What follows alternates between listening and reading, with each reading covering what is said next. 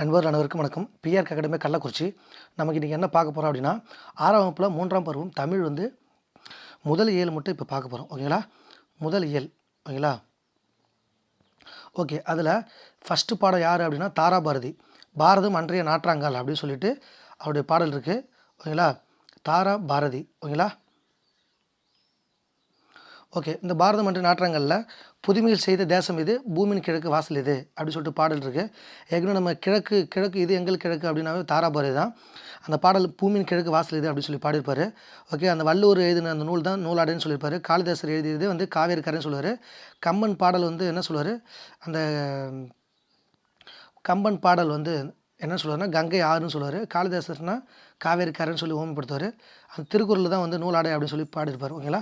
Okay. நம்ம தாராபுரத்தை பற்றி shortcut சொல்லி பார்க்கணுன்னா, தாராபுரத்து திருவண்ணாமலையில் ஒரு தென்னையில் ஒரு ராதாகிருஷ்ணன் உட்கார வச்சு இந்த மஸ்தாரா பாடலுக்கு டான்ஸ் ஆடுறாரு. தாரானா மஸ்தாரா பாடலுக்கு டான்ஸ் ஆடுறாரு. விரலை வளைச்சி டான்ஸ் ஆடுறாரு. அதுக்கப்புறம் என்ன பண்ணுறாரு, விடிய விடிய டான்ஸ் ஆடுறாரு. அதான் எங்கள் புதிய விடியல்கள். ஓகேங்களா? அதுக்கப்புறம் காலைல எழுஞ்சோடனே கிழக்கிலிருந்து வெளிச்சம் வந்துருச்சு. ஓகேங்களா? அது எங்கள் கிழக்கு வெளிச்சம் வந்துருச்சு. அப்புறம் இன்னொரு டான்ஸ் ஆடலாமான்னு கேட்குறது இன்னொரு சிகரம். ஓகேங்களா? அது போக இந்த டான்ஸ் ஞாயிற்றுக்கிழமை ஆடினார். நான் ராதாகிருஷ்ணன் உட்கார வச்சு இந்த டான்ஸ் ஆடினார். கோலையில் தண்ணி வச்சுருக்காரு தென்னையில். அதான் தென்னை எடுத்து தருவாக்கு கோலையில் தண்ணி வச்சுருக்காரு. கோலைங்கிற ஒரு ஊரில் பிறந்திருப்பார், திருவண்ணாமலையில். ஓகேங்களா? இது நடந்த சம்பவம் திருவண்ணாமலை. ஓகேங்களா? ஈஸியாக ஞாபகம் வச்சுன்னா ஏற்கனவே பழைய ஷார்ட்கட் சொல்லியிருக்கோம். ஓகேங்களா? தேசம் கொடுத்த நூலாடினா திருக்குறள். காளிதாசர் எந்த நூல் அப்படின்னா அந்த காவேரி கரை அப்படின்னு சொல்லியிருப்பார். கலைக்கூடனா சிற்பக்கூடம், நூலடனா நூல் ப்ளஸ் ஆடை, எதிரொலிக்குன்னு சொல்லி சேர்த்து எழுதிடலாம். ஓகேங்களா? ஓகே. தமிழ்நாட்டில் காந்தி. இந்த தமிழ்நாட்டு காந்தியில் நமக்கு இல்லை தமிழ்நாட்டுக்கு எந்தெந்த ஏரியாவுக்கு காந்தியடிகள் வந்திருப்பார் அப்படின்னு சொல்லி கொடுத்துருப்பாங்க. இந்த பாடத்தில் ஈஸியாக ஞாபகம் இருக்கும். ஃபஸ்ட்டு சென்னைக்கு வராரு பாருங்களா. 1919 எங்கே வராரு அப்படின்னா சென்னைக்கு வராரு. ஓகேங்களா? சென்னைக்கு ரயில்வே சட்டம் போடுறப்போ ராஜாஜி வீட்டுக்கு வருவார். ராஜாஜி வீட்டுக்கு வந்தப்போ ஒரு மெத்தில் உட்காந்துருக்கப்ப அந்த டைமில் யார் வருவா அப்படின்னா பாரதியார் வருவார். ஓகேங்களா? பாரதியார் ஒரு ஃபங்க்ஷன் வச்சுருக்கா, அதுக்கு நீங்கள் தலைமை தாங்க முடியுமான்னு சொல்லி கேட்பாரு. இல்லை இந்த கூட்டத்தை நாளைக்கு நீ திட்டமிட்டபடி நாளைக்கு வச்சுக்க அப்படின்னு சொல்லுவார். இல்லை நான் திட்டமிட்டபடி நான் பண்ணி ஆகணும் அப்படின்னு சொல்லி பாரதியார் சொல்லுவார். சரி நீங்கள் போகிற ஃபங்க்ஷனுக்கு என்னோட வாழ்த்துக்கள்னு சொல்லிட்டு என்ன பண்ணுவார், பாரதியார் அந்த இடத்த விட்டு கிளம்பிடுவார். ஓகேங்களா? இது கிளம்பினோடனே இவர் வேப்பாக பார்ப்பார். அந்த இவர் யார் அப்படின்னு சொல்லி கேட்பாங்க ராஜாஜிட்ட. அதுக்கு இவர் தான் தமிழ்நாட்டு கவிஞர், இவர் பேர் பாரதியார் அப்படின்னு சொல்லுவாங்க. அதுக்கு காந்தி என்ன சொல்லுவார், இவரை பத்திரமா பாதுகாக்க வேண்டும் அப்படின்னு சொல்லுவார். ஓகேங்களா? ஒரு விஷயம். ஓகேங்களா? சம்பவம். அடுத்து 2வது சம்பவம் என்னென்னா 1921 காந்தியடிகள் தமிழ்நாட்டுக்கு வருவார். தமிழ்நாட்டுக்கு வந்தப்போ புகை மதுரைக்கு சென்றப்போ எல்லாம் அங்கே தமிழ்நாட்டில் இருந்த அந்த மதுரையில் இருந்த மக்கள் என்ன பண்ணுவாங்க, இடுப்பில் மட்டும் தான் துண்டு மட்டுமே கட்டியிருந்தாங்க, மீது யாருமே ட்ரெஸ் பண்ணல. அதனால் என்ன பண்ணுவார், இவர் என்ன பண்ணியிருந்தார், வேட்டி மேல் சட்டை தலைப்பாயெல்லாம் பட்டிருந்தார். அதுலேருந்து என்ன பண்ணார், இப்போ ட்ரெஸ்ஸுக்கே ரொம்ப எல்லாத்துக்கும் கஷ்டமாக இருக்குது, நாமளும் அந்தமாரி இருப்போம் அப்படின்னு சொல்லிட்டு என்ன பண்ணுவார், எளிமையான தோற்றம் எளிமையான திருக்கோலம் கண்டார். ஒரு துண்டு ஒரு வேஷ்டி மட்டும் அணிஞ்சிட்டு இருந்தார். அதுக்கு முக்கிய காரணமே அந்த மதுரை சம்பவம் மட்டும் தான். ஓகேங்களா? காந்தியடிகள் அதுக்கப்புறம் ஒரு காரைக்குடியில் 3ஆவது சம்பவம் காரைக்குடி. ஃபஸ்ட் 2 மதுரை, 3ஆவது சம்பவம் காரைக்குடி. 3ஆவது சம்பவம் கானாடு காத்தன் அப்படிங்கிற ஊரில் ஒரு பணக்கார வீட்டில் தங்கியிருப்பார். அதில் ஃபுல்லாகவே அவர் வெளிநாட்டு பொருள்லாம் போட்டு அலங்கரித்து அந்த வீட்டை நல்லா அழகுபடுத்தி வச்சுருப்பார். அதுக்கு இவர் சொல்லுவார், நீங்கள் ஒரு அதில் 10 மடங்கு பணத்தில் 1 மடங்கு எனக்கு பணத்தை கொடுத்தா போதும், நான் இதை விட சூப்பராக அலங்கரிச்சுன்னு சொல்லுவார். அதுக்கப்புறம் அவர் ஒரு பரவாயில்ல அப்படின்னு சொல்லிட்டு அடுத்த முறை வரப்போ இந்த வெளிநாட்டு பொருள்லாம் வச்சுருக்க முடியாது அவர் வீட்டில். பரவாயில்ல அவர் பாராட்டினார். ஓகேங்களா? 3ஆவது சம்பவம். அடுத்து மறுபடியும் மதுரையில் ஒரு டைம் தங்கியிருக்கப்போ மீனாட்சி அம்மன் கோயிலுக்கு வாங்கன்னு சொல்லி எல்லாருமே அவரோட தலைவர் கூப்பிடுவாங்க. அவர் எல்லாருமே அந்த கோயிலுக்கு போக அனுமதி உண்டுன்னு கேட்பாங்க. இல்லைன்னு சொல்கிறவங்க, சரி ஓகே அப்போனா நான் எல்லாருக்கும் எப்போ வராங்களோ அனுமதி இருக்கோ அப்போ நான் வரேன் அப்படின்னு சொல்லுவார். அதே மாதிரி குற்றாலம் அதேமாரி தான். குற்றாலம் அருவியில் ஒரு டைம் குளிக்க கூப்பிட்றப்ப தலைவர் கூப்பிட்றப்ப காந்தி என்ன சொல்லுவார், அந்த கோயில் வழியாக எல்லாருமே அதில் குளிக்கிறது அனுமதி இருக்கா அப்படின்னு சொல்லி கேட்பாங்க. இல்லை அந்த கோயில் வழியாக வர்றதுக்கு சில பேருக்கு தடை வச்சிருக்கோம் அப்படின்னு சொல்லுவாங்க. சரி ஓகே எல்லாரும் எப்போ அந்த அருவியில் நீராட அனுமதி இருக்கோ அப்போ நான் குளிக்கிறேன்னு சொல்லுவார். ஓகேங்களா? அதுபோக இந்த ஜியு போப் எழுதிய கையேடு எனக்கு ரொம்ப பிடிக்கும் அப்படின்னு சொல்லுவார். திருக்குறள் ரொம்ப எனக்கு பிடிச்ச நூல் அப்படி சொல்லுவார். அதுபோக 1937 சென்னை இலக்கிய மாநாட்டில் உவேசா அப்படிங்கிறது நமக்கு தமிழ் தாத்தான்னு தெரியும்.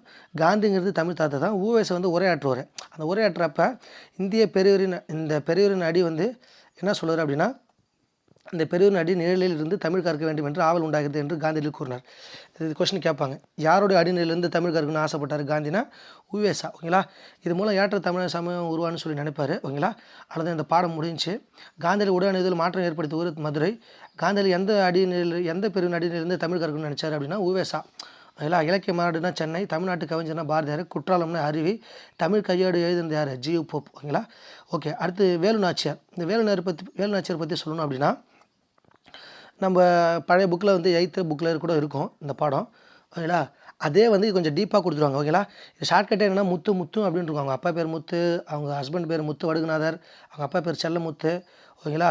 இவர் சிவகங்கையில் அந்த முத்து வடுகநாதரை கல்யாணம் பண்ணிக்குவார். இந்த கல்யாணம் பண்ணிக்குவாங்க இந்த லேடி. காளையர் கோவிலில் முத்து வடுகநாதர் ஆங்கில படையில் வந்து அவங்க அவங்க அவங்க ஹஸ்பண்ட் வந்து இறந்துருவார். யார்? முத்து வடுகநாதர்.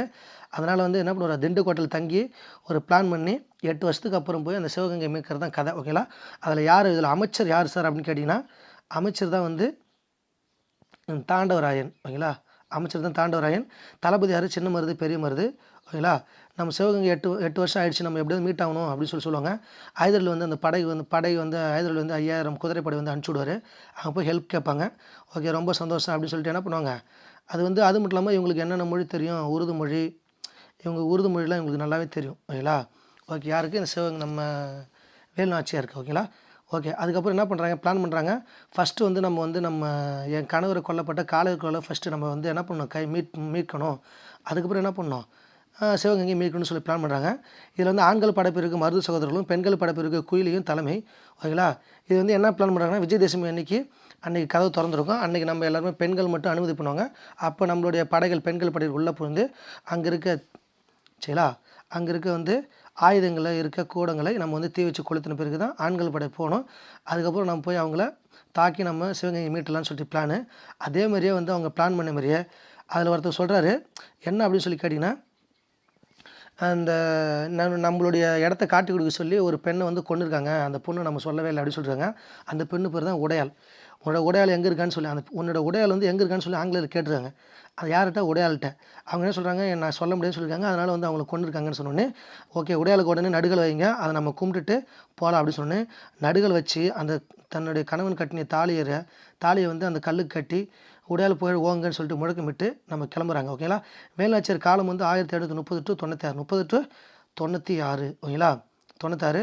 சிவகங்கை மீட்டது வந்து 780 மீட்டாங்க. ஜான்சி முன்பே ஆங்கிலேயர் எதிர்த்த முதல் பெண் யாருன்னு கேட்டால் வேலுநாச்சியார் தான். ஜான்சி ராணிங்கிறது மத்திய ராணியில் வந்து ஆங்கிலேயர் எதிர்ப்பாங்க. ஓகேங்களா. காலையில் அவங்க சொன்ன மாதிரியே பிளான் பண்ண மாதிரியே அவங்க வந்து வேலுநாச்சியாரோட வந்து பெண்கள் படை ஃபஸ்ட்டு வந்து விஜயதசமி அனுப்புகிறாங்க. அங்கே வந்து அதே மாதிரியே வந்து பெண்கள் படை போனோடனே ஆண்கள் படை பின்னாடி போய் அவங்கள மீட்டு தாக்கி சிவகங்கை மீட்டுறாங்க. லாஸ்ட்டாக குயில் எங்கேன்னு சொல்லி கேட்குறப்ப குயிலை தீ வைத்து வந்து ஆயுத கிடங்கில் குதிச்சிட்டாங்க அப்படின்னு சொல்கிறாங்க. சரி, அந்த குயிலை நம்ம நாட்டுக்காக நம்ம உயிரே கொடுத்துறாங்கன்னு சொல்லிட்டு அவங்கள வந்து உணர்ச்சி பெங்க அவங்க வந்து அவங்கள வந்து பெருமையாக பேசுகிறாங்க. ஓகேங்களா. ஓகே, இதுதான் கதை. ஓகேங்களா. இந்த கதை ஈஸியாக தான் இருக்கும். ஓகேங்களா. அதுக்கப்புறம் 4 வகை சொற்கள் பெயர்ச்சொல், வினைச்சொல், இடைச்சொல், உரிச்சொல் சொல்லி தெரியும். பெயர்ச்சொல்னா சாதாரணமாக ஒரு பெயரை குறிக்கிறது தான், காலை, கண், நன்மை, ஓடுதல்னு சொல்லிட்டு. வினைச்சொல்னா வா, போ, எழுது, விளையாடு. இடைச்சொல்னா உம்மு, மற்று, ஐ. முக்கியமான கொஸ்டின். இடைச்சொல்னா என்னதுங்க, நம்ம ஏற்கனவே உம்மு படிச்சிருப்போம், தந்தையும் தாயும் படிச்சிருப்போம். ஆனால் மற்று, ஐ அப்படிங்கிறது புதுசாக இருக்குது. மற்று ஒருவர்னு சொல்லாமல் மற்று ஒருவர்னா மற்றுங்கிறது இடைச்சொல். ஐ என்பது திருக்குறள் ஐ வருதுங்களா, அது வந்து இடைச்சொல்லுங்களா. ஓகேங்களா. அது அந்த ஐ கூட நம்ம 2ஆம் வேற்று முறையில் பார்த்துருப்போம். ஓகேங்களா. அதேமாதிரி பெயர்ச்சொல், வினைச்சொல் ஆகியவற்றின் தன்மை மிகுபடுத்த வருவது தான் உரிச்சொல். அந்த பெயர் சொல்லியும் வினை சொல்லியும் கொஞ்சம் மீதியாக சொன்னால் அது என்னது? உரிச்சொல். அந்த நகரம்ங்கிறது மாநகரம், சிறந்தது அப்படிங்கிறது சால சிறந்தது அப்படின்னு சொல்லி உரிச்சொல் எல்லாமே நமக்கு தெரியும். சால, தவ, நனி, கூர், கழி, கடி அப்படின்னு சொல்லிட்டு நிறையா நமக்கு தெரியும். ஓகேங்களா. உரிச்சொல்லாம் நம்ம ஏற்கனவே படிச்சிருக்கோம். ஓகேங்களா. இதில் நம்ம வந்து இதில் எது பொருந்தாதுன்னு சொல்லிட்டு நீங்கள் வந்து வட்டமிடணும். ஓகேங்களா. இப்போ நம்ம இது வரைக்கும் வந்து முதல் இயல் 6ஆம் வகுப்பும் 3ஆம் பருவத்தில் முதல் இயல் முடிச்சிட்டோம். 2ஆம் இயலை வந்து நம்ம என்னைக்கு பார்க்குறோம், அடுத்த வகுப்பில் நம்ம வந்து இயல் 2 நம்ம வந்து பார்க்கலாம்.